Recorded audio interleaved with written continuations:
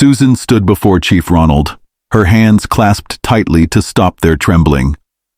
"Sir," she said in a steady voice, "I know I am only your maid, but I cannot keep silent. The deal your friends are pushing is not real.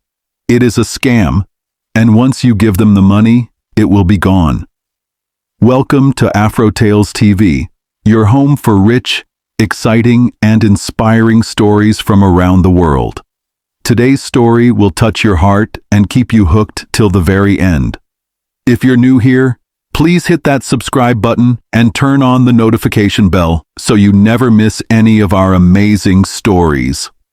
The city of Lagos had always carried two faces, one of glamour and wealth and another of struggle and survival. For many who came from other parts of Nigeria, it was the land of opportunity, the place where dreams could either blossom or wither. For Susan Omoruyi, Lagos was a chance to begin again. Susan was 26 years old, born and raised in Benin City, Edo State. Life in Benin had not been cruel, but it had been hard. Her father, a mechanic, had struggled to feed his family, and her mother, a petty trader, had worked from dawn till dusk to keep the home together. Susan was the first child of 5, and from a young age, she carried the weight of responsibility. She had loved school, especially English and literature, and had once dreamed of becoming a teacher. But reality had cut those dreams short. When her father fell ill and her mother's business collapsed, Susan had to drop out of the university after her first year. She had been studying English education. Her world darkened for a time, but she refused to surrender to despair. Instead, she took up jobs here and there, housekeeping, market errands, babysitting, anything that could bring in a little money to help her younger siblings continue their schooling. It was her aunt, who lived in Lagos, that eventually changed the course of her life.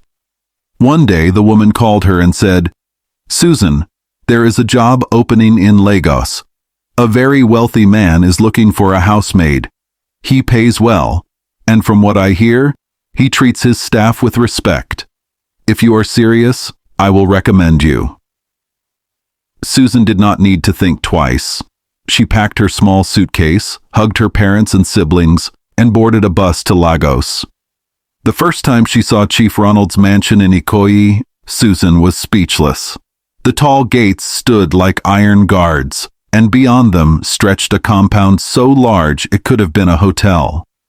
The building itself was 3 stories high, painted in cream and gold, with glass balconies and tall pillars that gave it a regal appearance. Expensive cars, Range Rovers, a Mercedes-Benz, and a Lexus Jeep were parked in the driveway. Susan clutched her bag nervously as the gatekeeper let her in. She whispered to herself, "So this is where my new life begins." Chief Ronald himself did not interview her directly. Instead, his personal assistant, a strict but kind woman named Mrs. Adesua, conducted the interview. She asked Susan about her background, her previous jobs, and whether she could read and write. "Yes, Ma. I can read and write very well," Susan replied confidently. "In fact, I was studying English education in the university before I had to stop. But I still love books." Mrs. Adesua raised an eyebrow, impressed. "Good. That will be useful. Chief does not like dull staff. You must be able to express yourself clearly." Susan nodded. "I understand, Ma. I will do my best." A week later, she was officially employed. Her salary was higher than anything she had ever earned before. She was given a uniform for work hours, a small but comfortable room in the staff quarters, and 3 meals a day. For Susan, it felt like stepping into another world. Though she did not meet him often in the early weeks, Susan soon came to know the man she was serving. Chief Ronald Okafor was in his early 50s, a tall, broad-shouldered man with a commanding presence. He was known in Lagos as a successful businessman, with interests in real estate, shipping, and oil services. Newspapers often carried his photographs, smiling at charity galas, shaking hands with politicians, or cutting ribbons at new projects. But inside the mansion, he was a man of routines. He woke early, left for his office by 8 a.m. with his driver and aides, and returned late in the evening. He loved his meals freshly prepared, his house spotless, and his schedule respected. Susan admired him from a distance. He was not arrogant like some wealthy men she had heard about. He greeted his staff when he saw them, listened attentively when they spoke, and rewarded good service. Once, when Susan served him dinner, he looked up at her and said, "You are new here, aren't you?" "Yes, sir," Susan replied, bowing slightly. He studied her for a moment, then smiled faintly. "You speak well. Always carry yourself with confidence. In this house, I value staff who use their brains as much as their hands." Those words stayed with her. Susan quickly settled into her duties. She was responsible for cleaning the main sitting rooms, arranging the dining area, and sometimes assisting in the kitchen. But her most trusted task was attending to the private study and library, two places Chief Ronald valued dearly. She would dust the bookshelves, organize papers, and make sure the space was always neat. It was there that she often caught glimpses of his world, stacks of documents, files marked confidential, and photographs of business associates. The mansion itself was a busy place. Drivers came and went, gardeners tended to the sprawling lawns, security guards patrolled the compound, the cooks bustled in the kitchen. Yet despite the luxury, Susan never allowed herself to be distracted. She carried out her duties with quiet diligence, earning the respect of both the staff and the chief's family. It did not take long for Susan to notice that Chief Ronald had many friends, men who came often to the mansion, usually in the evenings or weekends. They arrived in flashy cars, wore expensive perfumes, and laughed loudly as they entered the sitting room. Their names were often repeated by the staff: Mr. Tunda, Mr. Felix, and Mr. Bode. Mr. Tunde was tall and slim, with a sharp face and a tongue that never seemed to rest. He was always the one telling jokes, slapping Chief Ronald on the back, and making everyone laugh. Mr. Felix was quieter but calculating. He wore designer suits and gold watches, and his eyes had a way of scanning the room, as if measuring everyone. Mr. Bode was the most flamboyant of them all. He often wore brightly colored traditional attire, arriving with a new car every few months. His laughter boomed, and his confidence filled the air wherever he went. To outsiders, they looked like loyal companions. They addressed Chief Ronald as brother, and praised his achievements endlessly. "Ah, Ronald, you are the Lion of Lagos," Mr. Bode would say, raising his glass of champagne. "Yes, my brother," Mr. Felix would add smoothly. "There is no one like you in this city." And Chief Ronald, though not a vain man, often smiled at their words. From her position as a maid, Susan observed quietly. She moved about the sitting room, serving drinks and small chops whenever they gathered. Though she did not speak unless spoken to, her ears were sharp. She noticed how the friends always spoke about business deals, investments, and opportunities. She noticed how they leaned closer when discussing certain matters, lowering their voices, though never low enough to escape her hearing. She also noticed something else: the way their laughter sometimes felt too loud, their praises too sweet, their eyes too calculating. But for now, she said nothing. After all, she was only a maid. Yet deep down, a quiet unease began to grow inside her. One particular evening, as the men sat drinking in the lavish sitting room, Susan brought in a tray of pepper soup. She placed the bowls carefully on the table while they laughed over a joke Mr. Tunda had just told. As she turned to leave, she caught a fragment of their conversation. "I'm telling you, once he puts in the money, the returns will be massive," Mr. Felix said smoothly. "Yes, it is a golden opportunity," Mr. Bode added, nodding eagerly. Susan paused briefly before walking out. Their words meant little on the surface, but something about their tone pricked her ears. She filed it away in her mind. At that moment, she did not know the danger that was brewing. But she knew one thing. In a house filled with wealth, there were always people ready to exploit it. And she would soon find herself standing at the crossroads of loyalty, truth, and courage.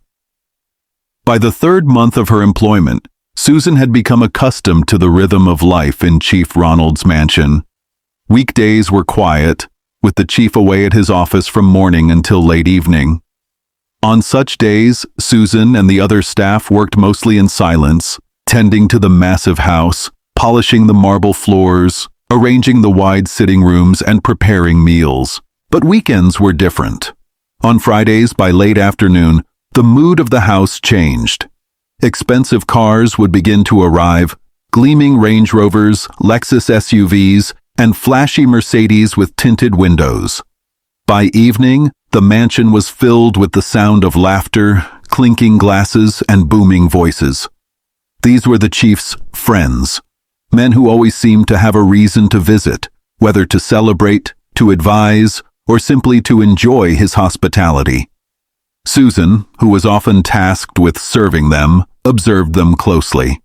She noticed how they came dressed in expensive clothes, dripping with jewelry, carrying the air of self-importance. She also noticed something more subtle.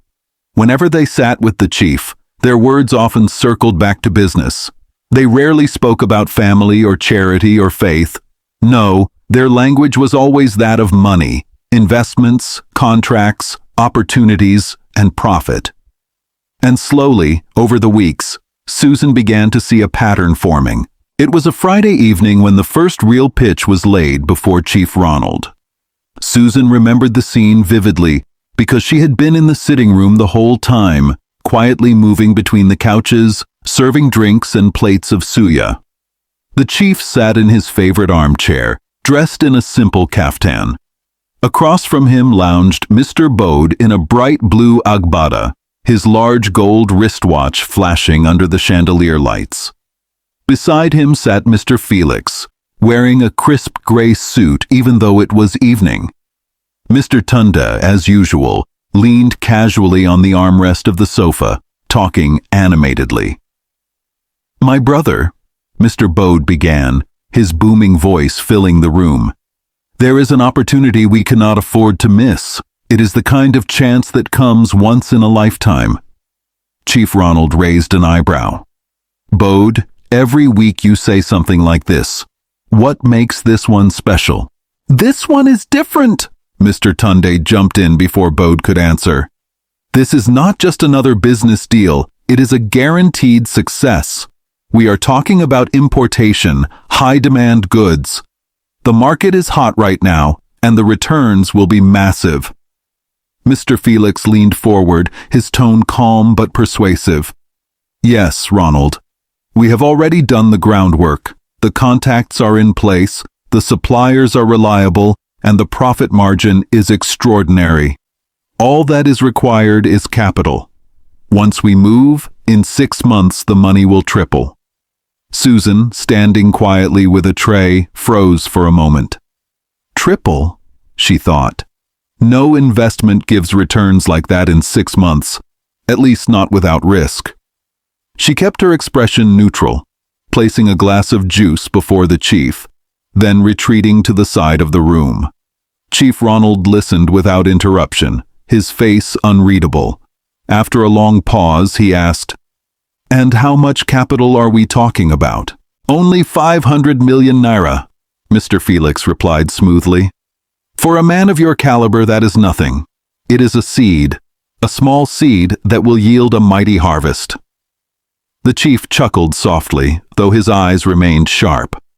500 million is not small money, Felix. Do you think I pluck it from a tree?" "Ah, my brother," Bode said, lifting his hands. "For someone like you, that is spare change. Besides, think of the returns. In 6 months, it becomes 1.5 billion. What bank will give you that kind of interest?" Tunda added with a grin. "This is not gambling, Ronald. This is certainty." The chief leaned back in his chair, sipping his drink. "I will think about it." Susan saw the flicker of relief in the men's faces. They had not secured his commitment yet, but they had planted the seed. That night, as Susan retired to her room in the staff quarters, she could not shake off the conversation she had overheard. She thought of the figures they mentioned. 500 million naira. To her, it was an unimaginable sum. In her entire life, she had never seen more than 50,000 naira at once. Why are they so eager for him to put in such money? She wondered. And why promise such quick profit? Her instincts whispered that something was wrong. She had grown up hearing stories of fraudulent schemes, of men who sweet-talked investors only to vanish with their money. But what could she do? She was only a maid. It was not her place to question her boss's business associates. Still, the unease remained, like a shadow that refused to fade. In the following weeks, the men's visits grew more frequent. Each time they came, Susan noticed how their conversation with the chief circled back to the same subject. One afternoon, as she served drinks, she heard Mr. Felix say, "Ronald, the window of opportunity is closing. Others are already moving in. If we delay, we will lose out." "Yes," Bode added quickly.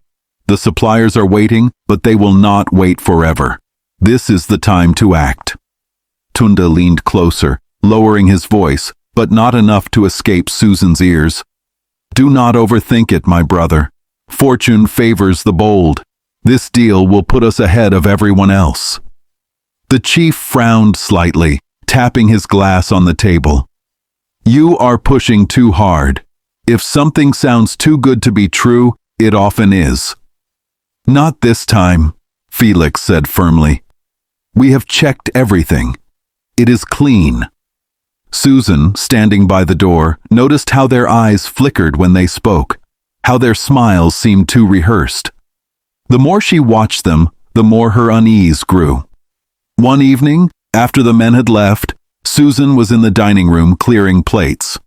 She did not realize the chief had remained behind until she heard his voice. "You seem thoughtful tonight," he said, watching her. She froze, startled. "Sir, I was only arranging the dishes." The chief studied her quietly.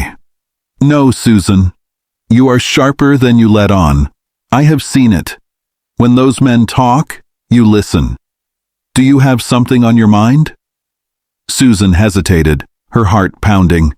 She wanted to speak, but fear held her back. What if he thought she was overstepping? What if he dismissed her? So she lowered her eyes and said softly, "I only pray you are guided to make the right decision, sir." The chief smiled faintly. "That is wise. Thank you." But Susan could see that he was troubled. The pressure did not stop. By the end of the month, the men were practically visiting every other day. Their words became more desperate, their persuasion more intense. One Saturday afternoon, Susan was dusting the bookshelf in the study when she heard laughter from the adjoining sitting room. The door was slightly open, and she could hear the voices clearly. "Ronald, you are delaying too much," Bode said. "We have already put in our own shares. We are waiting for you." "Yes," Felix added smoothly. "I have committed 200 million. Bode has done the same. Only you remain. Do you want us to move without you?" Tunda laughed. "Ah, Ronald, do not be left behind. You are the big brother here. If you refuse, people will think you are afraid." There was a pause, then the chief's voice, lower and more thoughtful. "If I decide to go in, I will not hesitate, but I must be certain." Susan's hand froze on the bookshelf. They are tightening the net, she thought. If he believes them, he will put in the money. Her unease grew into dread.